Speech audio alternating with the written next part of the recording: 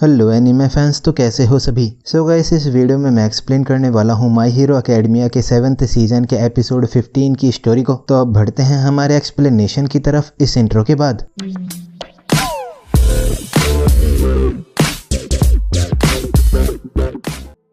तो एपिसोड 15 के स्टार्ट में स्पिनर ऑल फॉर वन की बातों को याद करता है, जिसमें ऑल फॉर वन कहता है कि कुरोगिरी को रिसर्च बिल्डिंग में ले जाया गया था और जब स्पिनर कुरोगिरी तक पहुंच जाए तब वो कुरोगिरी को उसकी या टोमुरा की आवाज सुनाए और कुरोगिरी की कॉर्क ही इस फाइट को डिसाइड करेगी और ऐसा करने से स्पिनर टोमुरा के लिए एक हीरो बन जाएगा। तभी हेट्रोमॉर्फ्स भी हॉस्पिटल के अंदर आ जाते हैं। देन हेट्रोमॉर्फ्स देखते हैं कि हॉस्पिटल के स्टाफ मेंबर्स वहां पर पेशेंट्स को बचाने के लिए खड़े होते हैं। तभी एक हेट्रोमॉर्फ सोचता है कि सोजी ने कहा था कि जब हीरोज जाकू हॉस्पिटल की इन्वेस्टिगेशन कर रहे थे तब सबसे पहले हीरोज ने पेशेंट्स और स्टाफ को एक सुरक्षित जगह पहुंचाया था और अब उन हेट्रोमॉर्फ्स का क्या प्लान है। तो वो सभी हेट्रोमॉर्फ्स वहीं पर रुक जाते हैं और वो अपने हथियार गिरा देते हैं और ऐसा वो हॉस्पिटल स्टाफ की काइंडनेस को देख कर करते हैं। उसके बाद स्पिनर रिसर्च बिल्डिंग की तरफ जा रहा होता है। तभी स्पिनर सोचता है कि वो खुद को किसी कीमत का नहीं मानता था और उसने सोचा था कि अगर वो शिगाराकी को फॉलो करेगा तो वो समबड़ी बन जाएगा और शिगाराकी उसे देखे और वो उसके पीछे के सभी लोगों को देखे। तो स्पिनर के पीछे उसे कोई फॉलो नहीं कर रहा होता है। फिर प्रेजेंट माइक कहता है कि सोजी की आवाज हेट्रोमॉर्फ्स तक पहुंच गई है और अब ये हेट्रोमॉर्फ्स स्पिनर के सीक्रेट वेपन नहीं बनेंगे। तभी स्पिनर कुरोगिरी की तरफ जाता है तो प्रेजेंट माइक चिल्लाता है शिराकुमो।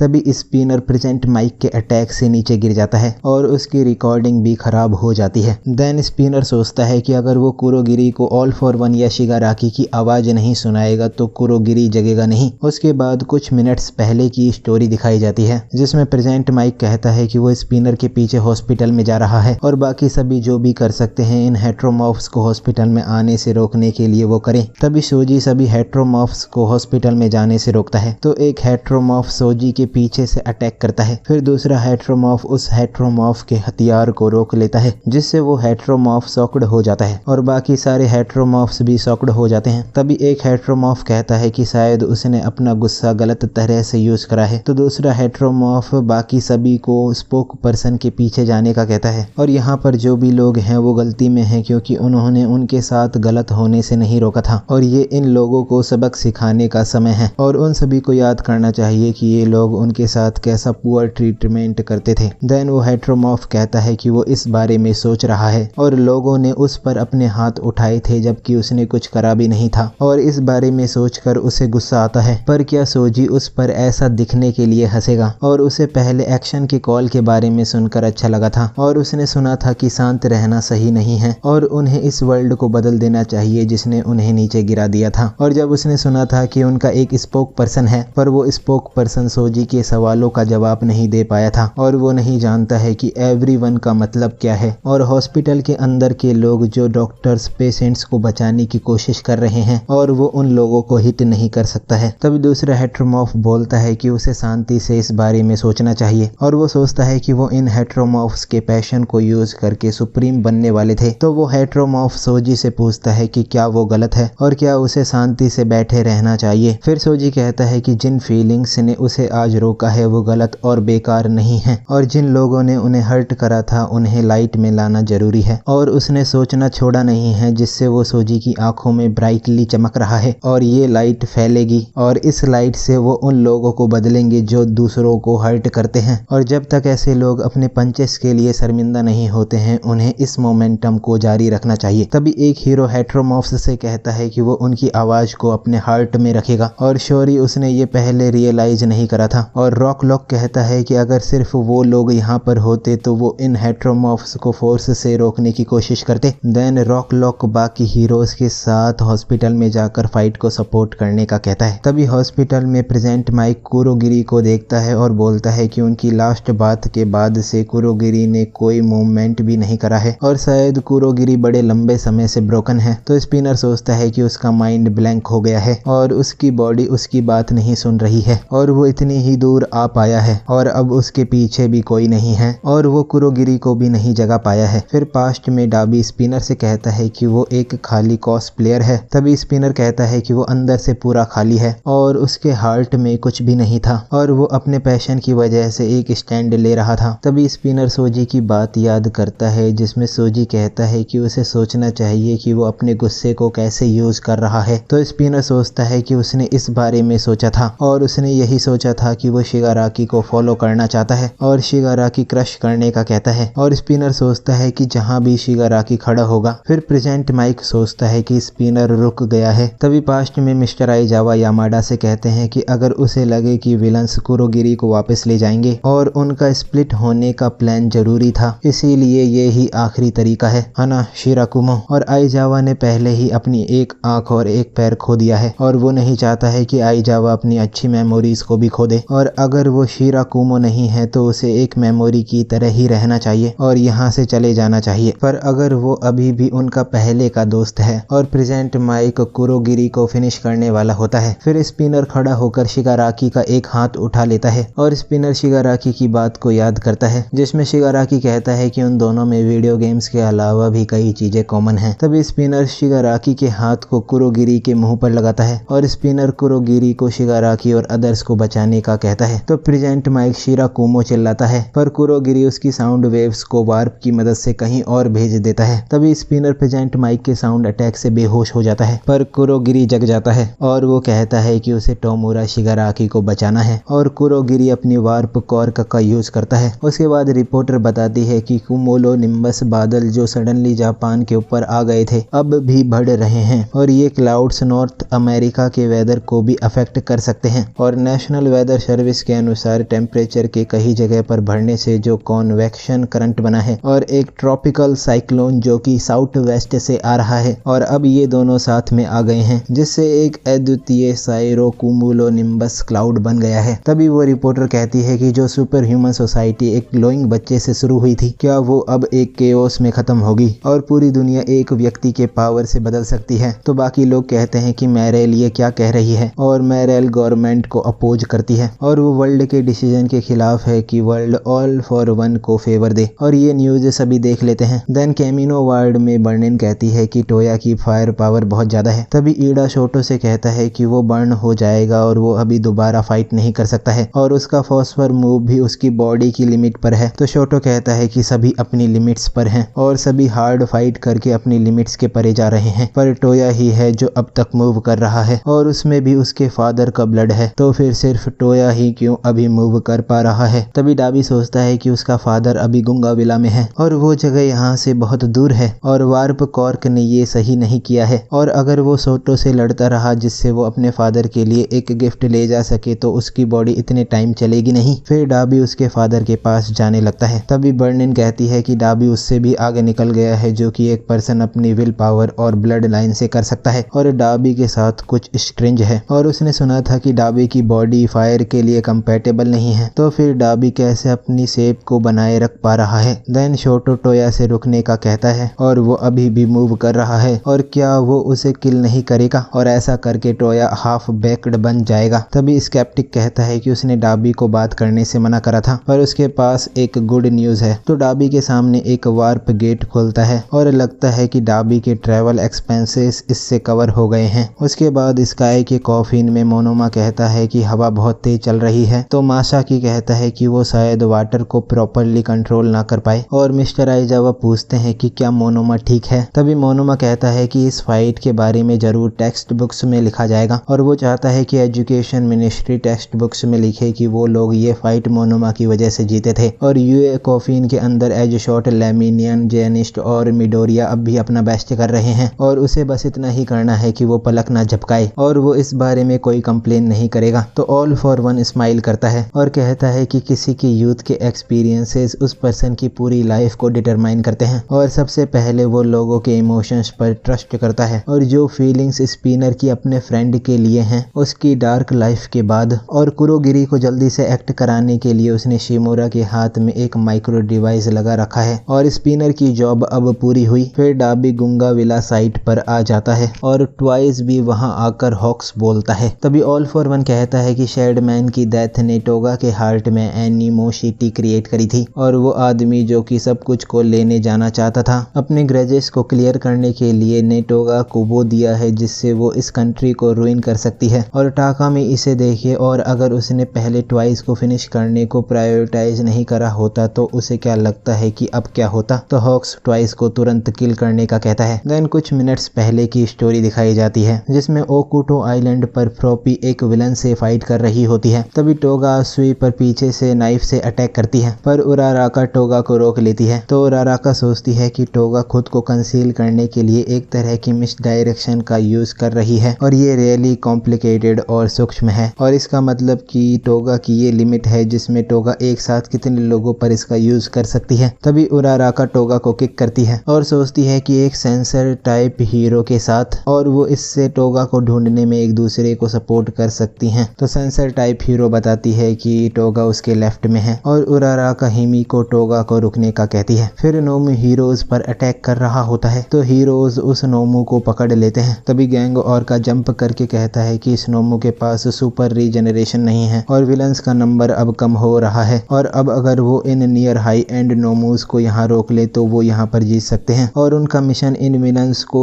इस आइलैंड पर कंट्रोल में लाने का है। और गैंग और का उस नोमू पर अटैक करता है तो टोगा सोचती है कि उसके साथ के लोगों के कम होने की वजह से उसके लिए छुपना मुश्किल हो गया है और हीरोज ने उसे पकड़ना शुरू कर दिया है, और जितना जीन का ब्लड उसके पास है उससे उसकी लिमिट लगभग 30 से 40 मिनट की है, और अगर वो अभी इसे पीकर विलन्स का नंबर बढ़ा दे तो सैडमैन की परेड इस आइलैंड पर ही खत्म हो जाएगी। और अगर उन्होंने इस आइलैंड पर अपर हैंड गेन कर भी लिया तो भी ऑल फॉर वन उनके लिए यहाँ पर कोई शिप नहीं भेजने वाला है, और हीरोज ने उन्हें स्प्लिट कर दिया था। और क्या हीरोज को पहले से ही जीन के ब्लड के बारे में पता था, पर हर केस में ये उसके कुछ ना करने से एंड हो रहा है, इसीलिए टोगा जीन के ब्लड का यूज करने का सोचती है। सो अभी तक हिमी को टोगा ने ब्रॉडर टैक्टिक्स अपने माइंड में बनाकर एक्ट नहीं करा था, पर जो एनिमोसिटी उसके अंदर बढ़ना शुरू हुई थी उससे टोगा एक कंप्लीट विलन में बदल गई है। देन टोगा अपनी बैट स्पिनर पर लगाती है और वो करेगी जो उसे करना है। तभी आसुई सोचती है कि अब टोगा का ब्लड का स्टॉक आ गया है, और ये किसका ब्लड है, शिगाराकी का या ऑल फॉर वन का, और वो इसे जानने का इंतजार नहीं कर सकती है। तो आसुई टोगा की ब्लड की शीशी को तोड़ देती है। तभी टोगा कहती है कि शू हमेशा कामली सोचती है, इसीलिए ये एक फेक था और ये केमिकल नोमू को अट्रैक्ट करता है जो कि उसे ऑल फॉर वन ने दिया था। तो नोमू आसुई पर अटैक करता है और उराराका फ्रॉपी को देखती है। तभी टोगा सोचती है कि वो अपनी गार्ड डाउन नहीं कर सकती है क्योंकि उसे जीन की मार्च को कैरी आउट करना है और उसे जल्दी डिसीजन लेना होगा। तो टोगा जीन के ब्लड को ड्रिंक करके ट्वाइस बन जाती है, जिसे देखकर उराराका शॉक्ड हो जाती है। फिर कुरोगिरी वहां पर आ जाता है और कहता है कि उसे शिगाराकी और अदर्स को बचाना है, और कुरोगिरी पूछता है कि हिमी को टोगा क्या करना चाहती है। तभी टोगा सभी हीरोज को एनाइलेट करने का कहती है, जिसकी शुरुआत वो हॉक्स से करेगी, और टोगा कुरोगिरी से उसे सभी जगहों पर भेजने का कहती है। तो उराराका टोगा को पकड़ने की कोशिश करती है, पर टोगा उसकी रोप्स को डॉज कर देती है। तभी उराराका कहती है कि उन दोनों ने अभी तक रोमांस की बातें पूरी नहीं करी हैं। तो टोगा कहती है कि ओचाकू वो विश करती है कि वो ऐसा कर पाते। उसके बाद प्रेजेंट में हॉक्स सोचता है कि ये टोगा है और उसे किसी तरह से जीन का ब्लड मिल गया है, और उसे लगा था कि उसने इसे खत्म कर दिया था जब वो लिबरेशन आर्मी के साथ अंडर कवर में था, और उसने बैटल के बाद के सभी ब्लड के निशानों को भी साफ कर दिया था। और क्या इसके पीछे डाबी है? तो डाबी ने ही हिमी को टोगा को जीन का ब्लड दिया होता है। देन टोगा ट्वाइस की डबल कॉर्क का यूज करती है, जिससे वहां पर बहुत सारे ट्वाइस हो जाते हैं, और ये सैड मैन की डेथ परेड है, और डाबी कहता है कि वो लोग ही लास्ट हंसी हंसेंगे। सो गाइस, यहाँ पर माई हीरो एकेडमिया के 7th सीजन का एपिसोड 15 एंड हो जाता है। तो अब अगर आपको ये वीडियो अच्छी लगी हो तो इस वीडियो को एक लाइक कर देना। मैं मिलता हूँ आपसे नेक्स्ट वीडियो में। Thanks for watching.